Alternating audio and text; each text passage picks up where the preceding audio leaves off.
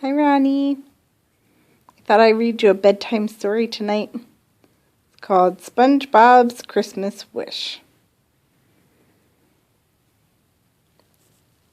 SpongeBob creeped quietly into the door of Sandy's tree dome. Ha! I'm going to get that Sandy with a super sneaky karate move, said SpongeBob. He peeked through the window just as she was about to plug in her Christmas tree lights. As soon as she lit it up, SpongeBob shouted, "Fired! Fired! Don't worry, Sandy, I'm coming." With that, he burst through the door and poured a bucket of water on her head. "What in the name of Alamo is wrong with you, SpongeBob?" she asked. "I guess there's no fire," he replied. "Haven't you ever seen a Christmas tree?" asked Sandy. "Christmas who?" SpongeBob asked. "Is she a friend from Texas?" So Sandy sat down and told SpongeBob all about her favorite holiday. She told him about toy-making elves and flying reindeer, about baking cookies and hanging stockings, and best of all, she told him about Santa Claus. SpongeBob ran to the Krusty Krab to tell his friends about Christmas. "And everyone pretends to like fruitcake?"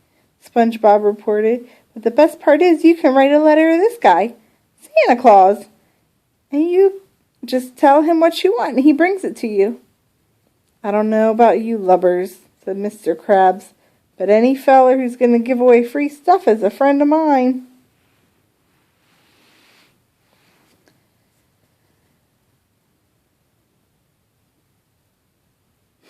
Squidward.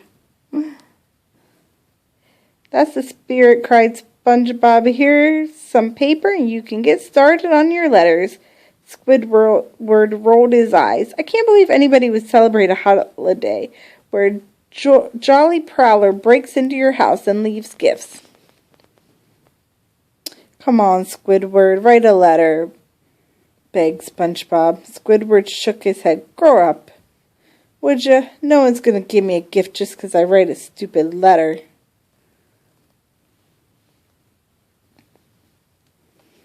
Patrick was trying to write his letter, but the paper kept ripping in half.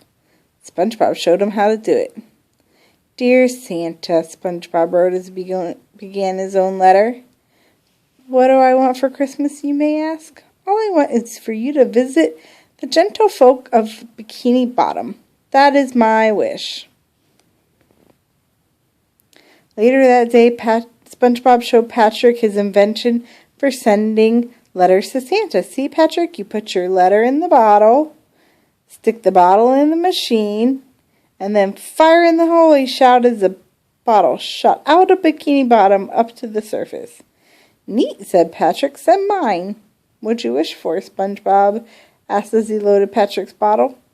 "Another piece of paper," said Patrick.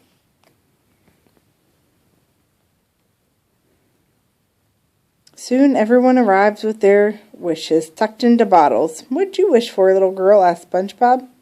"Front teeth," she replied hopefully. "I need a new hairstyle."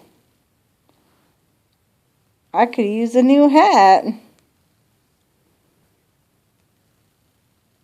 "I'd like a glass of water for my teeth."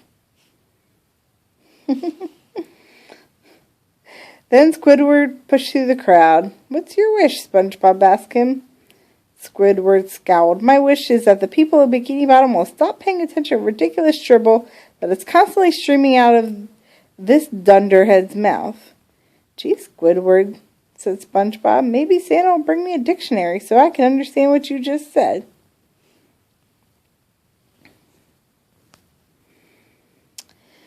Now that we have summoned Santa Claus," SpongeBob announced, "we must ready ourselves for his arrival."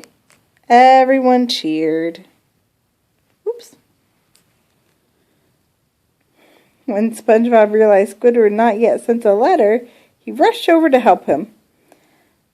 "I am not writing a letter of figment to your imagination, SpongeBob." SpongeBob opened his eyes very wide. "But Squidward, when Santa comes, you'll be the only one without a gift." "How many times do I have to say it? I don't believe in Santa Claus," Squidward shouted. That night, everyone but Squidward stayed up all night waiting for Santa to arrive. Morning came, but Santa didn't. "Hey, where's Santa?" asked the little fish. He should be here any minute," SpongeBob said, very tired. "Thanks for the lies, Mr. Fairy Tale." One by one, they left SpongeBob standing alone. "Where's your Christmas spirit?" SpongeBob shouted. "He's probably just running late." "Yeah, he probably stopped for a sandwich," said Patrick, trying to help. When Squidward woke up that morning, he looked out his window and he didn't see a single sign of Santa Claus. "Merry Christmas," said Squidward as he danced around SpongeBob, laughing. "You're right. This is a stupid holiday," cried SpongeBob, sticking his head in the sand. "But I want you to have this." SpongeBob handed Squidward a neatly wrapped present. "I made it for you, so you wouldn't feel left out when Santa came," said SpongeBob, his eyes filling with tears. "Gee, I don't know what to say," said Squidward. "You're welcome," SpongeBob replied, and he cried all the way home. "It's probably a jellyfish net or old Krabby Patty, or his favorite underpants," said Squidward as he unwrapped the present. When he opened the box, he found a clarinet made adriftful with his name carved into the side. He pressed a button, and 3 little Squidwards popped out and played music. "Wow, I feel horrible. What have I done to poor SpongeBob?" Squidward looked out the window and saw SpongeBob crying as he took down his Christmas lights. All of a sudden, Squidward had a brilliant idea. "Ho, ho, ho," shouted Squidward from his roof. "Hello? Who's there? What? Show yourself," said SpongeBob as he spun around looking for the source of the voice. "Up here, you dunce. Merry Christmas, little boy," said Squidward. SpongeBob looked on the roof. His eyes popped wide open. Could it be?" he asked. "Yes, it is. Santa Claus! Ho, ho, whoops," said Squidward as he tumbled off the roof and landed flat on his nose. SpongeBob was so excited that all he could do was run in circles, screaming, "You're "All right, take it easy," said Squidward. "I knew you'd make it," cried SpongeBob. "Where's your big belly?" Squidward had to think. As a result of, undersea's pressure on my body." "Where are your reindeer?" asked SpongeBob, "and your flying machine?" Squidward had to think fast again. I loaned them to the Easter Bunny." "And what about that nose?" He had a honking Squidward's nose. "I knew you were supposed to have a big one, but this thing's gigantic." "All right," said Squidward, annoyed. "I'm Santa." SpongeBob hugged him tight. "This is the greatest gift you could have given me. Thank you for bringing Christmas to Bikini Bottom."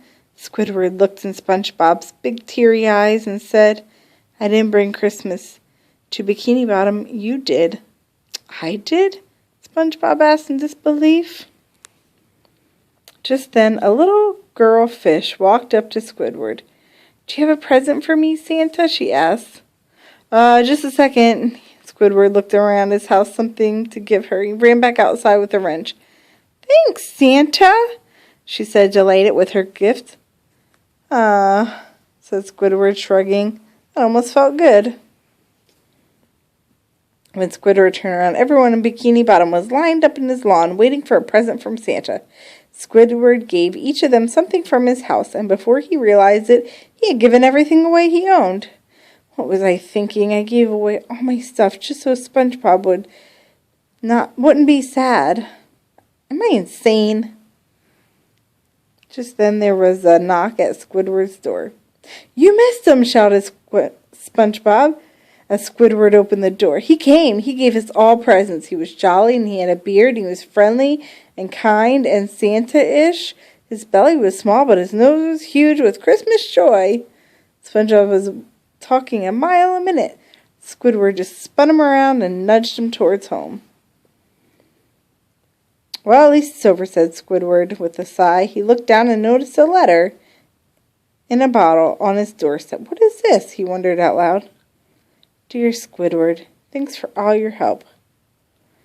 You've been a really good boy this year. Warm regards, Santa.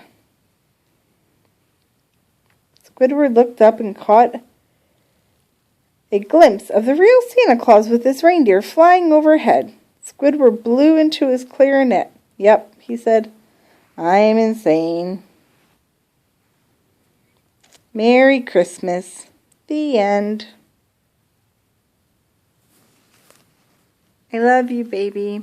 I hope you have a good night's sleep. I can't wait to see you. Bye.